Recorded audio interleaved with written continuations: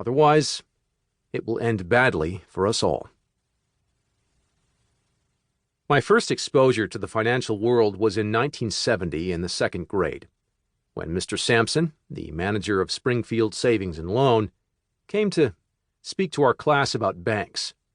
There was nothing exotic about Mr. Sampson.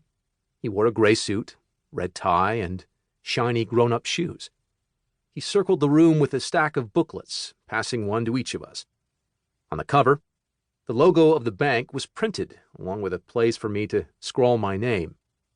I flipped through its pages of unfilled lines and boxes, each page backed by the ghosted portrait of a U.S. president. As we inspected our booklets, Mr. Sampson instructed us to pull out the dimes we'd been asked to bring to class. Mine had been burning a hole in my pocket all day.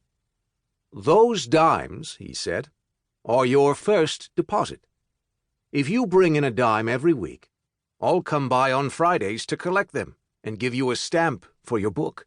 Then, I'll deposit your money in the bank.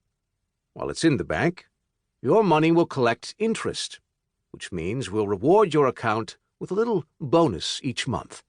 And during the time your money is with us, we might use it for other purposes, such as loaning it out to people who are opening a new shop or buying a house. Any time you want to withdraw your money, you just come down to see us. But if you leave it alone and let it grow, after time, you'll have accumulated savings." Our teacher told us to line up.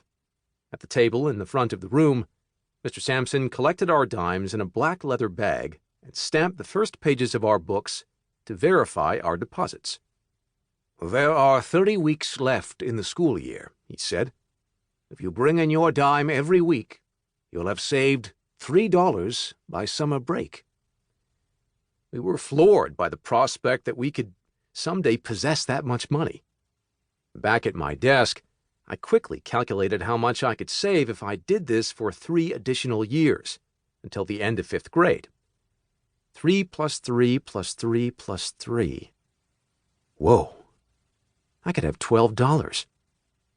From that day on, I brought in my dime every week, without fail, and assiduously filled my book with stamps.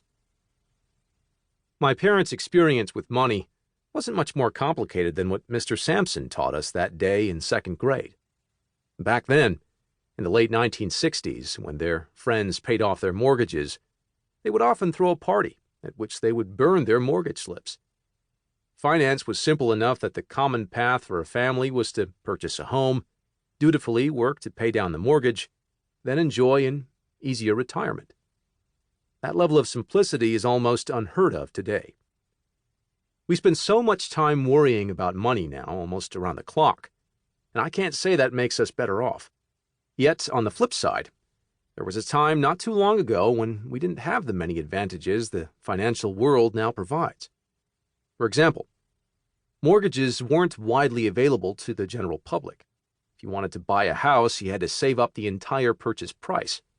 So, the increase in complexity in the financial world has also brought with it products that have made many people's lives better. Modern finance always seems a double-edged sword, which is why the universe of money has long intrigued me. I got my first glimpse of the dangerous side of money in high school, when my family moved from Springfield, Massachusetts to Orange County, California. My father had been offered a new job as CEO of a company that had been acquired in a leveraged buyout. I vividly recall him distraught at the dinner table, talking about how interest rates had skyrocketed, and as a result, he was forced to cut costs at his new company in order to service the debt. Cutting costs meant cutting jobs, and my father felt a heavy responsibility for his employees and concern for their families. At that young age, seeing the effect of those pressures on my father and his company, I had little understanding of leveraged buyouts and the movement of interest rates, yet I was filled with apprehension. What would happen to the people who lost their jobs due to the cutbacks? How did those larger external economic factors force my father to make uncomfortable and unpopular decisions? It would take years before I could begin to understand these concepts and their impact on people's lives.